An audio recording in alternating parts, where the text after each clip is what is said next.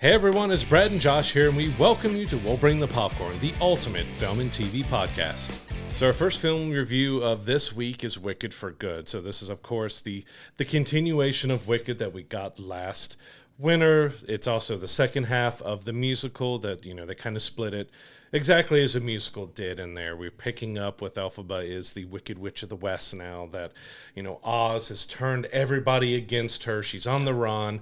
We have Glinda is still kind of playing her part with Oz because she just craves that attention and can't get away from it, even though she knows what's not being good and what's wrong about it. She just can't help herself because, she gets her bubble ride and she's got her own room inside of, the great city here and everything. And it really deals more with that relationship of Elphaba's trying to spread the word that the Wizard of Oz is a terrible person and he's a bad person who's, persecuting the animals and not treating them like they should, and that she has been wrongly accused of all this stuff that she hasn't done. And, Glinda is just kind of playing the role of the good witch for the people to help the propaganda from, the Wizard of Oz. And this second half definitely goes a lot more into the political side of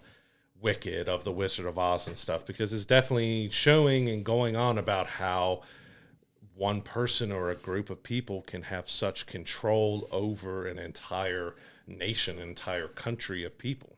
Yeah, it's definitely leaning heavier into plot and character story, because you have obviously Elphaba, who's made out to be she's the scapegoat of the entire thing, and she's fighting to not only prove her well intentions and prove that she actually is good, but try to have people recognize that the wizard is a fraud and doesn't actually have any magical abilities and can't really help people the way he says he's helping people. And it's a lot of just, smoke and mirrors and show and all of that stuff. And they really dive heavy into that in this back half, where I've always said that Wicked is a story that the first half has the more iconic music and incredible songs to it, because the second half of it does have a couple of reprises from songs from the first half of it, and it's not as iconic original song heavy in the second half of it. Now, there is one song in particular that I absolutely love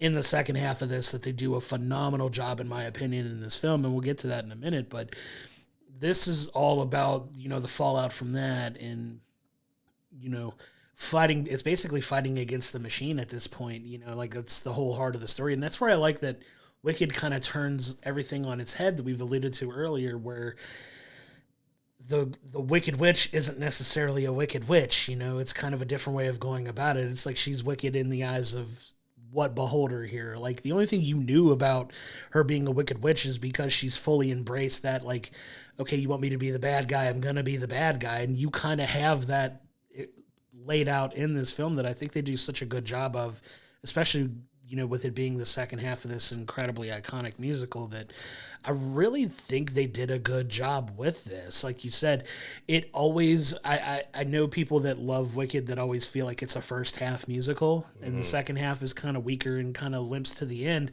I don't necessarily agree with that, because I like the story and the entirety of the story that they tell. Yeah, the more iconic songs are in the first half of the musical, but there's some really solid musical numbers in the second half too that I think more than hold their own, and that's kind of the hill I've always been willing to die on when it comes to Wicked. But I really feel like they did a really solid second half of this in wrapping up this story from this musical and done in the film way that they've done it. Like, it's a really solid follow-up in my opinion. And I think you hit it where a lot of people feel the second half is weaker, and I do feel that this has a few issues that the second half of the musical has, but I think they did a solid job of trying to bring in the emotion and ending it and doing a few improvements. Like, it doesn't change much from the musical. Like, this was pretty much trying to do a pretty faithful adaptation of what the musical did and stuff, but I do have to agree that music-wise, the first movie kind of blew it out of the water because it had bigger productions and dances and everything. With this one, the music felt a little choppier. Like, it's got some good songs, but you have, like, you might get a song that's sung for like 30 seconds and then they you go into talking or something happens, and they do another like 30-second bit and they go into talking. And there was also a couple songs, like the two newer songs, was a little strange in the fact that it was a very simple filming of it. Like they just basically set a camera down and they're like Alphabet sitting down and singing almost the entire song. Like you get the emotion and stuff they're trying to get behind it, but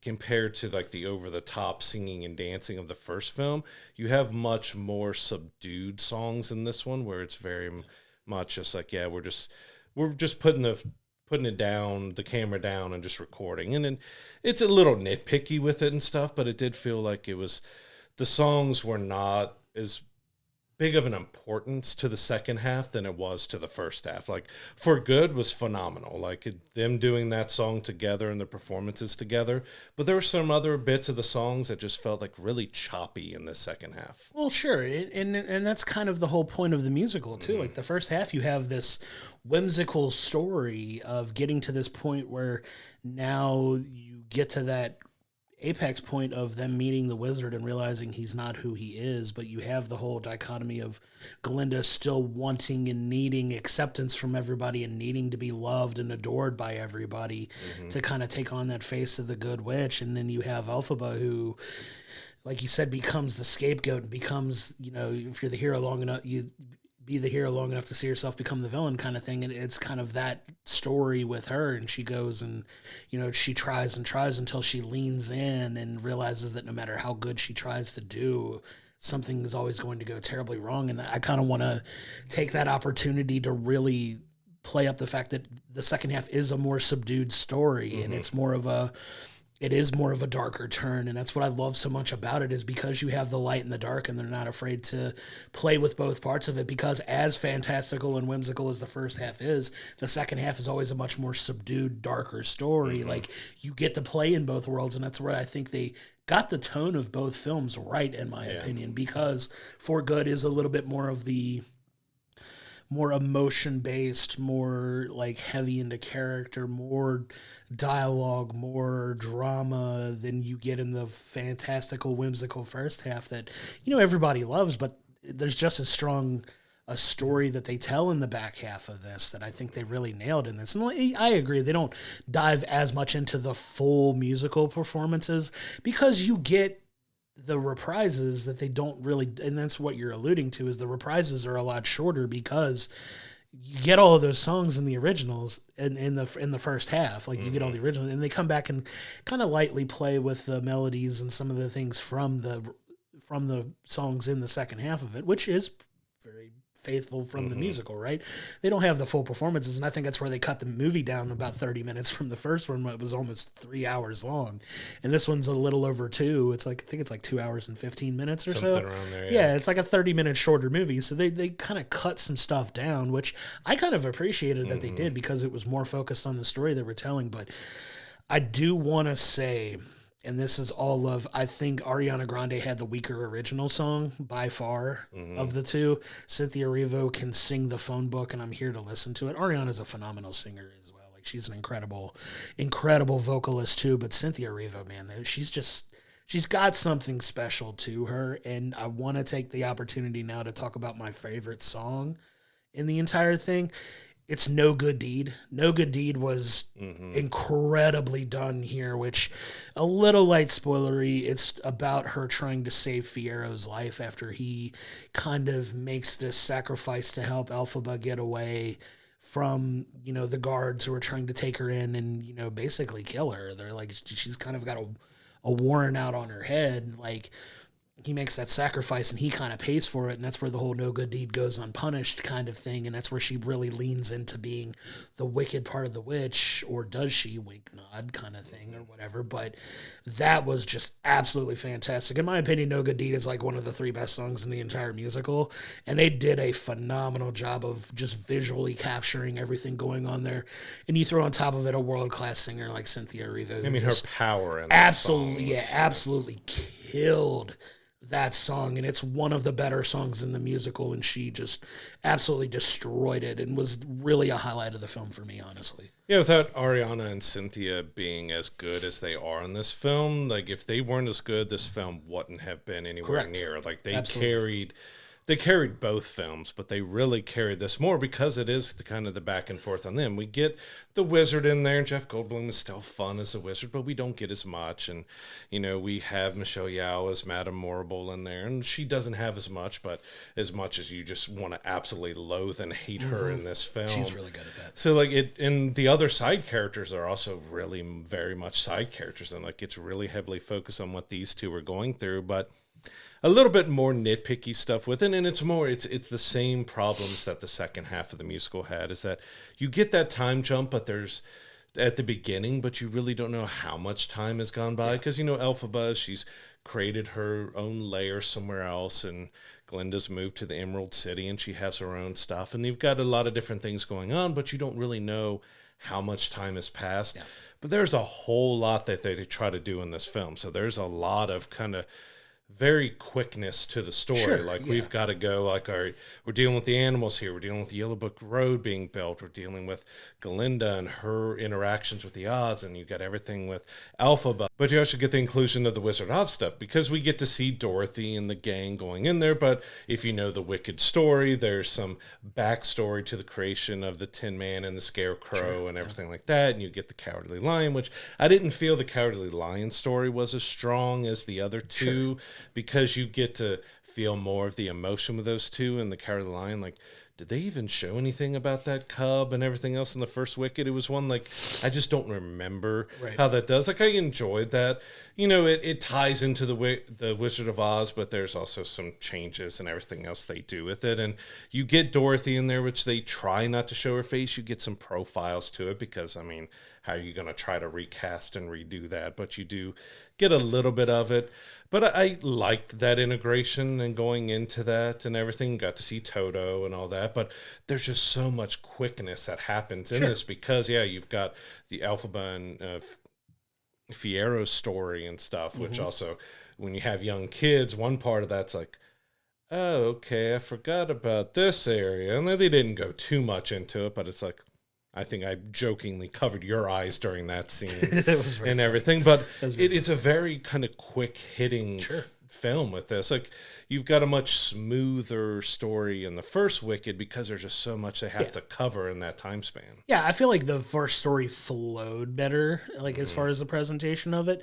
It did feel like they kind of stunted. But you got to remember, too, like, this is almost 5 hours worth of there's a lot to cover. Of a film that's expanding more on than what even the musical did, really, because the musical was a shorter version of that, because the musical itself is only like 3 hours. So you gotta figure they're even expanding more, but it did feel kind of stilted when it came to going into those details. But I do want to kind of go back to one of your points that you made about Dorothy in particular. It was a conscious I don't know if many people know this, but John M. Chu has come out since the film has been out now, and has said it was intentional never to show the entire face of Dorothy, to kind of keep that ode to the original and have Judy Garland really be the one face of Dorothy, really, to kind of really keep that alive and not really go back to that, because there's a young lady that did get the chance to be Dorothy in this film that never really shows her face, and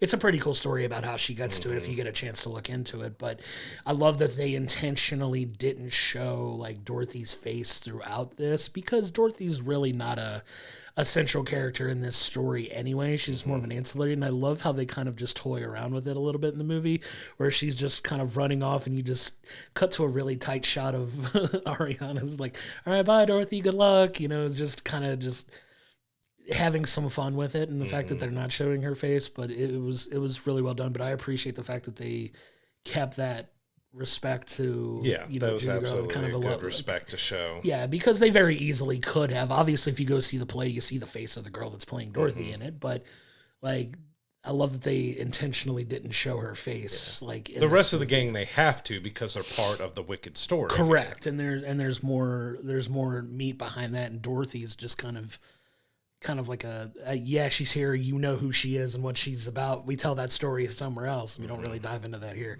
That's one of the things I've always really appreciated about it, but I think they did a good job of that in the movie too. Yeah, 'cause you also get to see the tornado that brings Dorothy there from a different angle and everything else too. And you get to get the story of Elphaba's sister that, we're very sympathetic to in the first one, but she definitely has To a point. to a point, but she gets a more of her villain arc that hits in here because she's in love with someone that's not in love with her, and it causes her to kind of spiral out of control with things. But that's also very quickly cut through with everything. As like I said, there's just so much they have to go through, and it didn't hurt the movie for me, but it is some nitpicking and knocks that I have to give to the film because it was cramming so much, and we didn't really get to sit with those characters too much more, that the rest of the group of Glinda and Elphabas were very much kind of tossed to the side and had very little moments. And even Fiyero, he had his big moments, but that's it.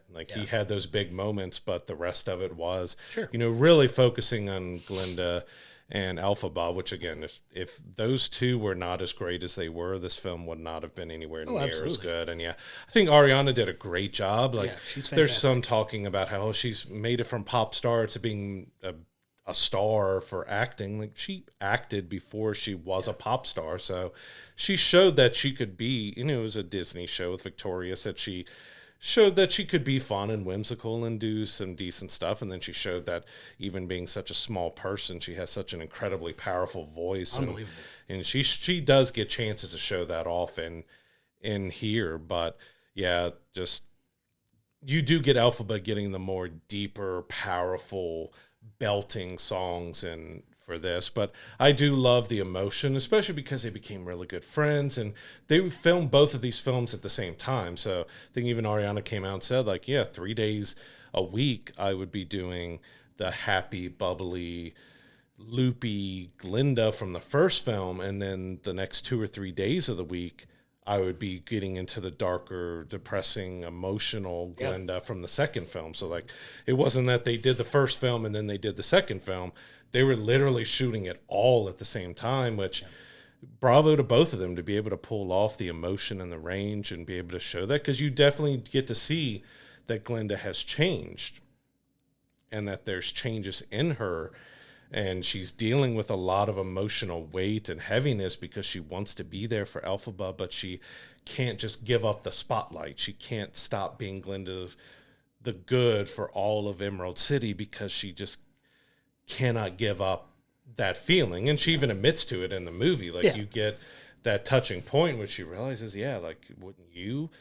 When you have all this love and admiration from everybody, and there is just a good storyline between those of their growth and their change and the emotion of the characters and stuff. But I think overall, they did a good job with Wicked for Good. It does have some of the same trappings and issues that the second half of the musical has, but I think they did a really good job of ending it on a really solid note. And without giving the ending away, I do like the way the Wicked story and the musical kind of dealt with one of the more ridiculous parts of Wizard of Oz and of what happens with the Wicked Witch of the West and stuff, and how they kind of change and do that, because it was always, that was in 1930s, and they're having a ridiculous way that the witch can be destroyed by water and everything else, and they play with that in a different way in this that I enjoy, because even to this day that's still a ridiculous way that you're going to dispatch the villain of the story by throwing water on her. Oh, what a world,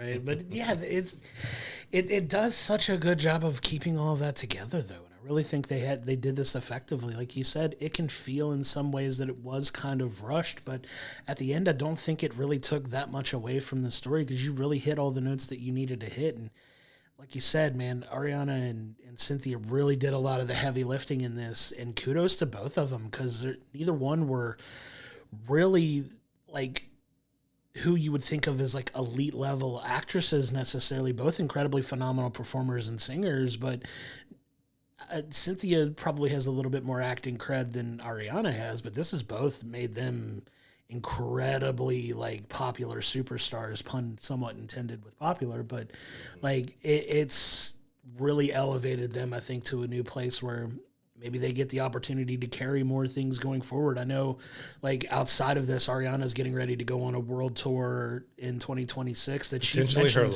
could be her last as a musician before she really goes into head first into the acting bug that really seems to have a grasp on her now. But incredible performances from both of them through both of these movies. And yeah, just the ability to jump from one headspace to another when you're filming basically two diametrically opposed tonal films at the same time is an incredibly difficult thing to pull off, because you got to get yourself in that headspace. And I really do think they did a phenomenal job of showing that emotion in the second half, in the second film as well, that they did such a good job there, because you see the exasperation from, you know, Elphaba and Cynthia here. Like, she's trying everything she can and she knows she's right, but she just can't get through to people. And you see that exasperation on her face, and she emotes that so well, and she really captures the spirit of that. And you see Ariana here, who knows what she's doing isn't right, and she's still trying to go out of her way to help her friend without really sacrificing her own standing. And then I love how her story really comes full circle by the end of the film too, where she winds up still kind of doing the same thing, but respectfully for a different reason, for you know, what happens at the end of the film. And it's a really cool story that I'm glad they adapted into a film, and they did a really phenomenal job of it in both parts. How does she fly that bubble? Like, they showed how they pull the bubble, but how does she fly it? There's no steering wheel. There's no anything else. Like, how does she fly it? It's intuitive. Like, is it voice activated? You're like, take me to Munchkin Land, and it just flies her. That was just something. Yeah, that's not being nitpicky. That was just something fun to me, because, like, they explain that it's an Oz creation, that it's got these tools and stuff, but it's made to look magical, because you get, you know, it's a theme throughout here and throughout the first one that Glinda is not exactly as magical as everyone thinks she is, and so they have to fake a lot of it. And that was a fun sequence that she gets to, because you got to see a little bit of the bubble at the end of the first one, but now you're getting her learning, and she's just popping it over and over again. And there are, like we said, it is a darker, more emotional story, but there are some fun moments, and I don't want to spoil it, but we were cackling when there was a fight sequence that happened on the yellow brick road and stuff. That was just, it looked like they had so much fun.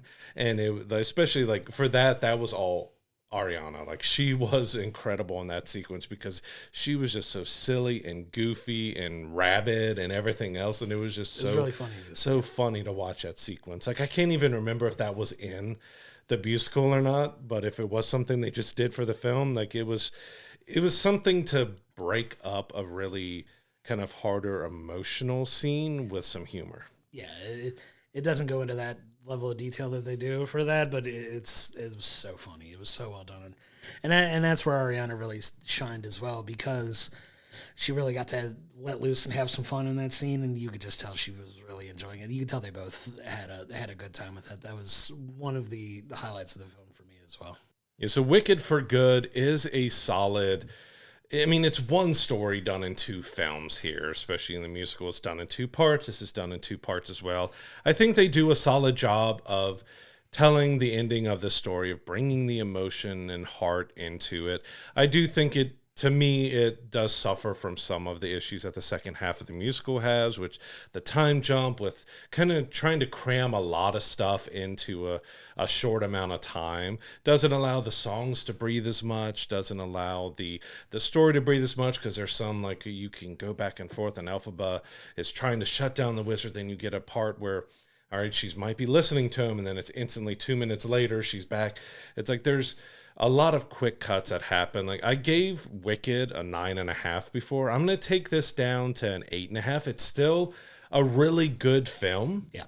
That does have a few issues, kind of the same as the musical has, but I think Ariana Grande and Cynthia Erivo were fantastic. They really carried the second half. If they weren't as good as they were, this film wouldn't have been as high to me as it was. You know, there's some things that they did that just felt a little like, too haphazard that they did, or just too simple with some of the filming, that they just seem to like let the camera sit still and film some things and not really go into the elaborate production that this has been. But it's still a very solid 8.5. It's a good film. They did a really good job. It does have, 2 to 3 really good song performances in here, some good acting and stuff, but like I said, it does still have a few of the same problems because it's fairly faithful to the musical. Like, they didn't try to change too much, and what they did change worked well for the film. Yeah, I agree. And I'm surprised with the way you've gone through it, that you scored it that highly. I thought you were going to go down to maybe a 7.5 or an 8 when you got to it. But yeah, I landed on an 8.5 as well, because I think I gave it a 9.5 or maybe even a 10. I think you gave it a 10. I think I did, and I knock it down just a little bit because it does suffer from some pacing issues. But man, they really nailed, in my opinion, the tone of the film,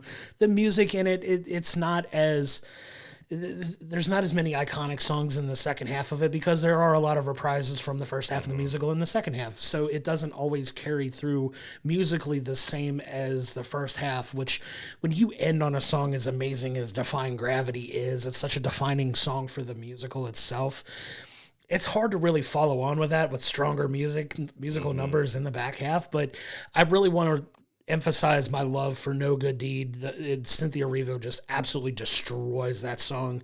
Like, she crushed it in so many ways, and I love the way they captured that whole visual, because that's where the film really showed a lot of its spectacle and its whimsicalness, and really just a heavy focus on the tone of the story at that point, because that whole sequence with that song was amazing. There's a fun musical number with Jeff Goldblum in it as well that we really didn't touch on in our review. That was a lot of fun as well. But I mean, For Good is obviously an incredible song that they do together to capture kind of that emotional weight at the end of them just being exhausted with everything that's kind of happened. And you can tell there's some real emotions between the actors in that as well. Because you can tell that's kind of like, it's the end of their story together. It actually wasn't the last scene that they filmed together, which was actually right before Defying Gravity, where you could see they were a lot more emotional in that one, because that was the last scene they did get to film together. But they really captured that emotion in this one too. Like, that might have been the next to last scene that they filmed together. Could you imagine going from For Good into right before Defying Gravity like that? Just an emotional heavy. And hats off to Ariana and Cynthia for really carrying these two films, and really hopefully now taking that next step into acting superstardom for both of them, because I really feel like they're both going to get award nominations for this, and I really hope Cynthia gets it this time, because she's just so incredible and does such a phenomenal job, not only with her incredible singing voice, but her acting in these films was incredible as well. I'm giving it an 8.5. I don't feel like it's that heavy of a drop off from the first one, because they are so tonally different, as is Wicked. It's a two-tone musical that I really appreciate, because it goes through such a wide range of emotions. You get the fantastical, whimsical nature of it, and then you get like this darker, more brooding, emotional story in the second half that kind of wraps things up. And I think they did a phenomenal job on both films. I really do. Like, this is a really solid adaptation of what is an iconic musical that they did a really good job of, and they could not have picked two better leads for this than Ariana Grande and Cynthia Erivo. This film would not be anywhere near as good, either part, if it weren't for these two doing the heavy lifting in this.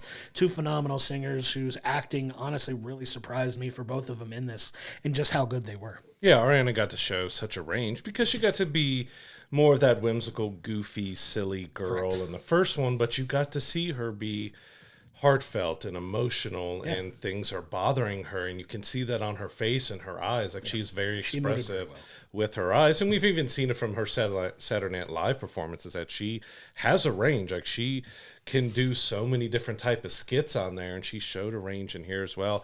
I won't be surprised that after she's done doing her last tour there, that there's going to be more movies. She's done the third Fockers movie, where she's, I think, playing the fiance of the kids in that, or one of the boy in that. But you're going to see more acting. I 100% expect her to do a Broadway run as well. Like, she's going to do, whether if they do a new version of Wicked, I don't know if I exactly see her returning for that, but I think she's going to do theater for a while, because it gets to allow her to act, and it allows her to sing and have kind of everything all in there.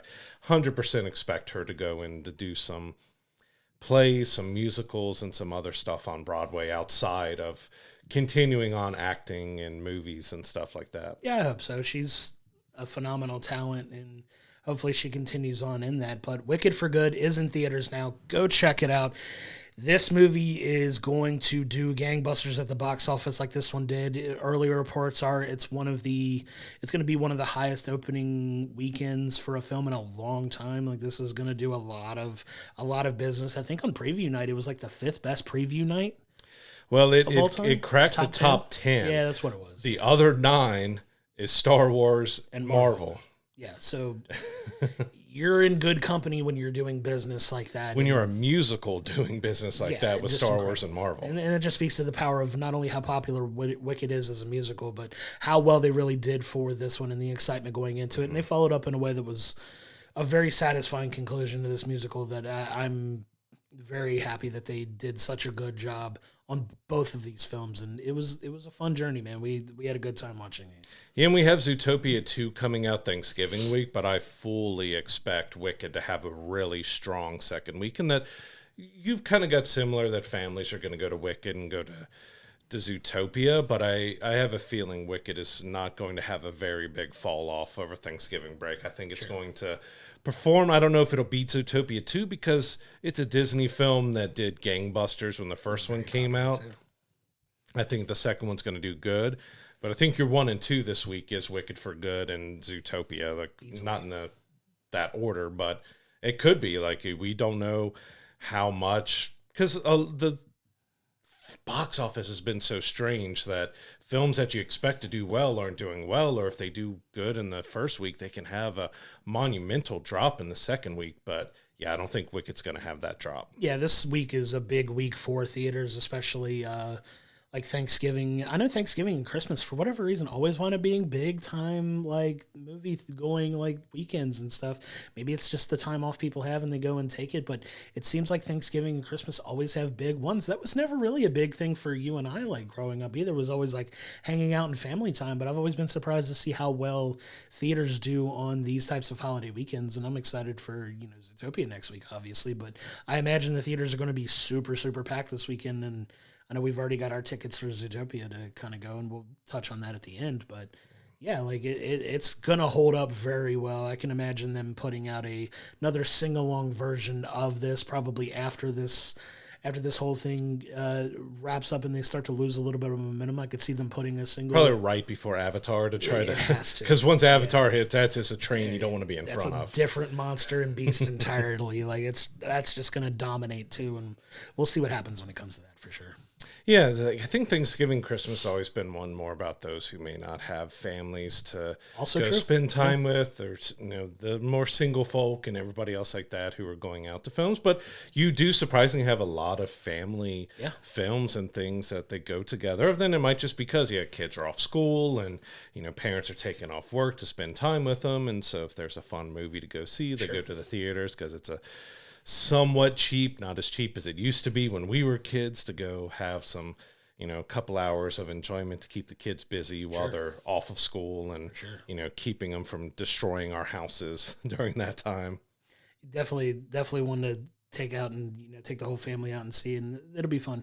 It'll be fun to see what those box office numbers do, because I'm really interested to see how well Zootopia performs, because it was as popular as it is, but it is also going up head to head with another juggernaut in Wicked. Like those audiences, I don't feel are not overlapping as much. Like I feel like they overlap very much heavily. Like we'll see what people decide to do, and I imagine the theaters are going to be very filled this week, and I'm excited for that because we want the movie theaters to do well too, because obviously we love movies as much as we do, and we know that a lot of times they struggle and things haven't been doing well, but I really feel like these two are really solid back-to-back type of films to really help the box office, especially going into the end of the year, very strongly. Yeah, and Zootopia 2 starts earlier in the week, too. I think the first screenings start on Tuesday this week because of the holiday. Normally it's Thursday. Wednesday has started to become like a extra early special preview, but because of Thanksgiving being on Thursday, it's starting on like a Tuesday, so it's going to have a much bigger run-up as well, because they don't expect as many people to be out on Thanksgiving other than those who don't have a family to spend time with to go to. But yeah, it's getting a little bit of a jump start, so Wicked doesn't have the lead up all the way to Thanksgiving Day. The Zootopia is kind of kicking in there as well. But you think like a lot of people saw it opening weekend are going to go back and see Zootopia 2 this week, but you may have a lot of people who weren't able to get into showings going back to see Wicked this week because we had to hurry up and get to, like, we didn't get into the early showings. There was an early showing on Monday of last week that we didn't get into because it sold out immediately. Like, we missed out on some of the early screenings because it sold out that quickly. I cannot tell you how disheartening it was to have so many of my friends get to go see this movie before me, because we're usually the ones that see it before them, and they were all like, haha, we got in before you did. And I'm like, Yeah, I went to check and it's like, oh, there's no seats left. Right, yeah, and we're usually on it. That's how fast those tickets win. We're usually getting them 3-4 weeks ahead of time in some cases. Like, we plan it out that far ahead, but man, there was nothing to be found with that. Those were gone immediately, and that just once again speaks to the overall popularity of Wicked as a property. So phenomenal job for them. Yeah, so head over to our Discord, our socials. Come talk about Wicked for Good with us. Let us know what you thought, because, critically it's not doing as well as the first Wicked, but it feels like the fans are similar around us, that there are flaws and there's some issues, but overall they still did a solid job with it. So come let us know what you thought. For sure, let us know what you think, and we'd love to have that conversation with you. To find all of the episodes of We'll Bring the Popcorn, go to our YouTube page, hit the like and subscription button so you're getting our episodes when they drop each and every Monday. If you're listening to us in the audio room on any of the podcasting platforms that we're on, please don't forget to give us a 5-star review. It really helps elevate the profile of the show. And don't forget to go to willbringthepopcorn.com, where it has all of our archive videos, all of our social media information, as well as our merch store, so you continue to support the show in that way. We cannot thank you enough for your continued support.